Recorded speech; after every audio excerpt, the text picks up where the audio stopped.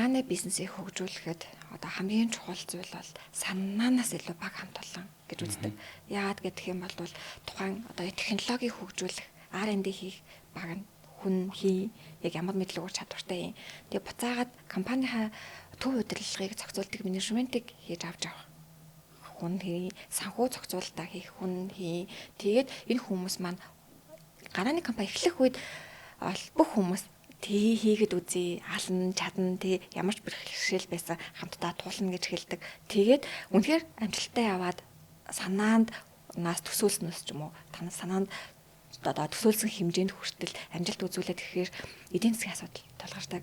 Ашгаа яаж хувааж авах уу, яах вэ хөө, нэмэлт хөрөнгө оруулалт авах шаардлага гардаг. Хөрөнгө оруулагчийн мөнгийг хэрэг яаж буцааж хөө, яаж хөгжүүлэх үү гэдгээс ахуулаад эдийн засгт холбоотой л энэ асуудал үүсэж эхлэхлээр яг баг хамт олон задрах ч юм уу, эсвэл одоо тухайн гишин технологиг одоо яг итгээгүй хүндээ өгснөөс одоо баталгаатай ч юм уу тий зүгээр санаагаар тий хийх үү хий гэж ихснээс хамаарат өөр технологи буцаагаад өөр компани алдах тохиолдол ч юм уу цөөн тохиолдлоо жишээнүүд одоо үүсээд байдаг. Тийм учраас эхлээд ямарч байсан багаа аягүй сайн бүрдүүлэх хэрэгтэй.